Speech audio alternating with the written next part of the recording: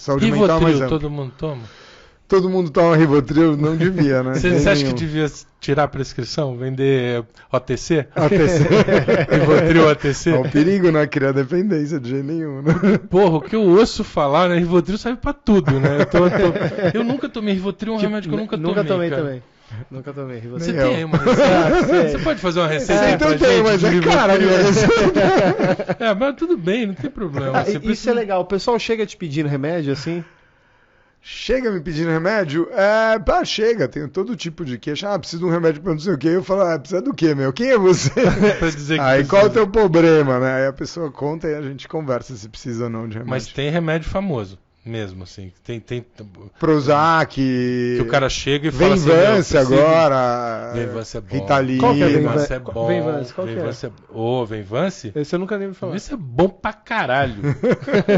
Tem uns propagandistas aqui. Não, um remédio para Venvance déficit de atenção e hiperatividade e que se usa às vezes para aumentar a concentração, para estudar. Aumento de foco. Olha, eu tenho a história de uma... É tipo uns rebite assim que vende, né? Não, mas eu vou falar. Eu tenho a história de uma amiga que deve ter uns 65 anos, deve ter tem um filho de 28 por aí. E nunca diagnosticou, o filho nunca foi diagnosticado com nada, mora sozinho, é diretor de cinema ele. E não sei por que ela estava tomando não era Venvance, era Ritalina.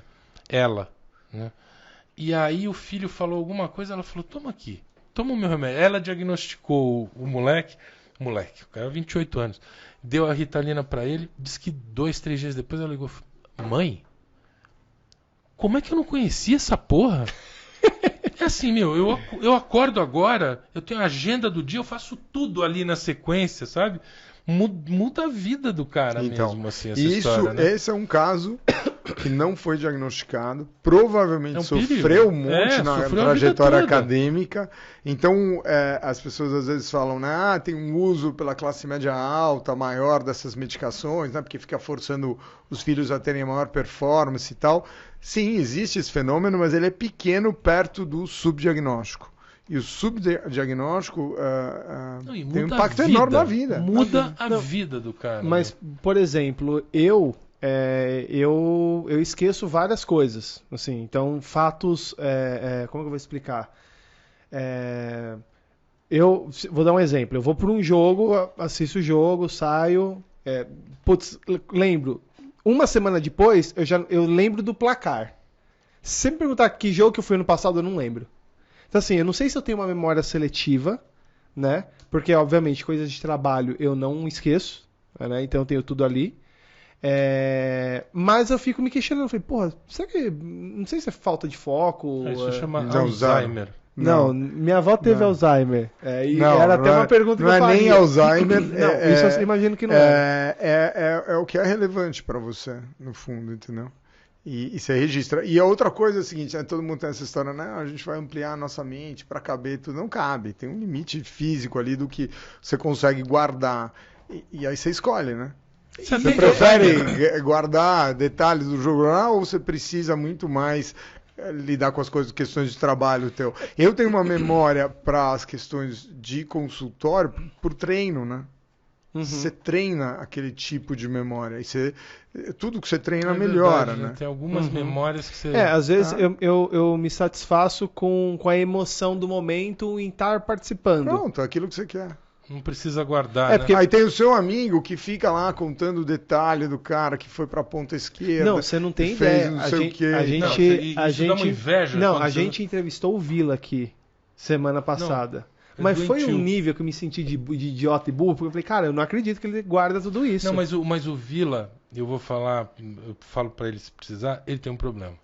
Eu fiquei vendo a edição do negócio, a cabeça dele funciona numa velocidade e que é assim, ele dá pra ver que ele tá contando uma história, mas a cabeça dele tá correndo. Então ele fala assim, não, eu lancei um livro agora, mas o livro ainda tá o cara veio, pediu para dar um autógrafo, só um ali que ele tinha, mas ele saiu, sabe, ele pegou uma sub-história daquela história e ele precisou falar, não precisava nem ter falado do negócio, entendeu? Ele não consegue controlar. E aí o oposto, eu falei, cara, não é possível. Mas é limitado. Tem gente que é melhor de buscar e você faz articulações sobre uma coisa e não faz com outras.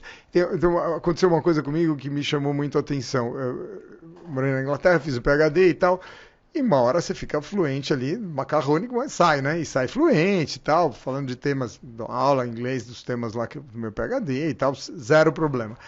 E um dia eu estava na cantina conversando com o Big Professor lá e começou a falar de filosofia. E eu tinha estudado muita filosofia, os pré-socráticos aos contemporâneos, lido, sabe, os textos originais, vários anos e tal. Uma coisa mais era meio base filosófica para entender ciência.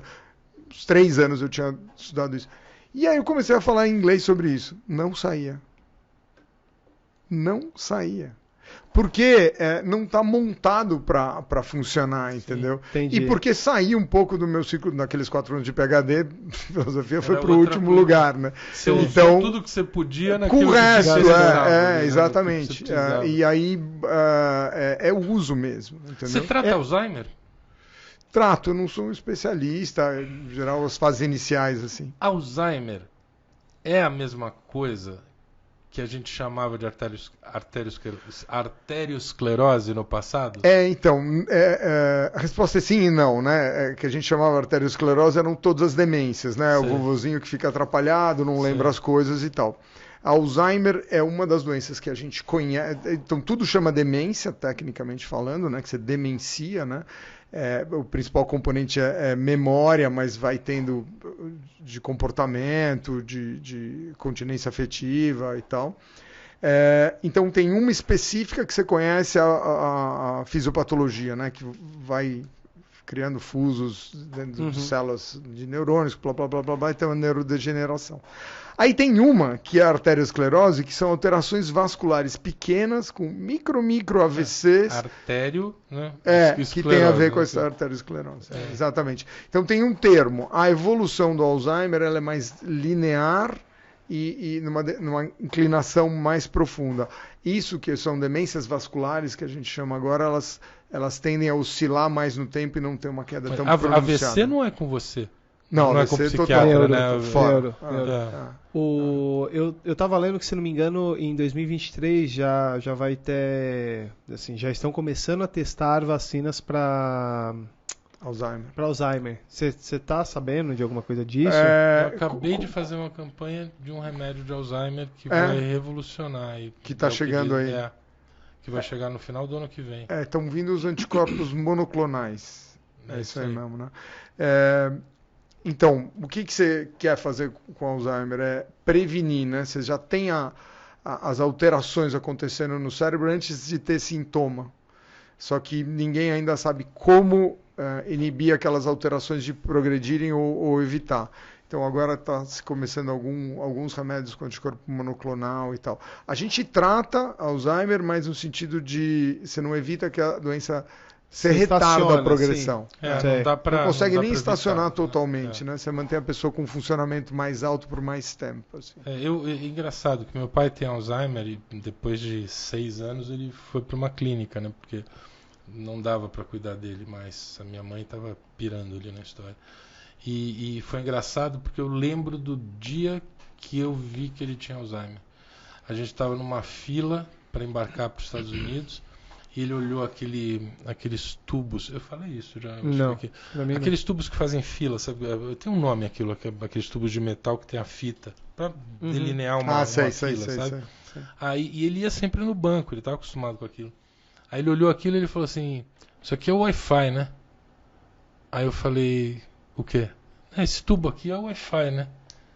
Eu falei: não, cara, isso é o tubo da fila. Aí a gente andou mais um pouquinho, estava na fila do passaporte.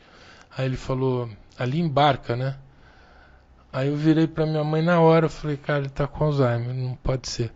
A viagem inteira ele falava em português com o motorista de táxi, sabe? Foi uma coisa assim, foi do dia pra noite. Você estava viajando pra fora, assim, uma situação. Sabe o que acontece?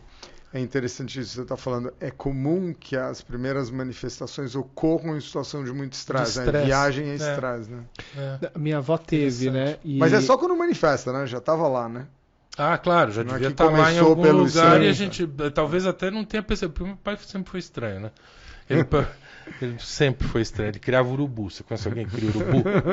Então, criava, tirava foto, né? Fazia o diário do urubu. Você tem urubu tatuado? Não tem urubu tatuado, não. Ele tem uma ilhinha na Guarapiranga.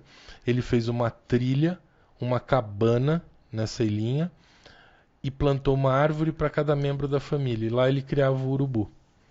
Um dia saiu uma notícia que a polícia tinha encontrado uma cabana numa ilha da Guarapiranga e que achava que guardavam droga lá. Aí ele veio com o jornal e falou: "Você acha que é a minha?" Eu falei: "Óbvio que é a tua. Quantas cabanas no meio de uma ilha da Guarapiranga você acha que existem, né? Óbvio que é a tua." Ele abandonou tudo, os urubus, o negócio todo, falou: "Não vou voltar mais lá, né? Que eu vou preso, né?"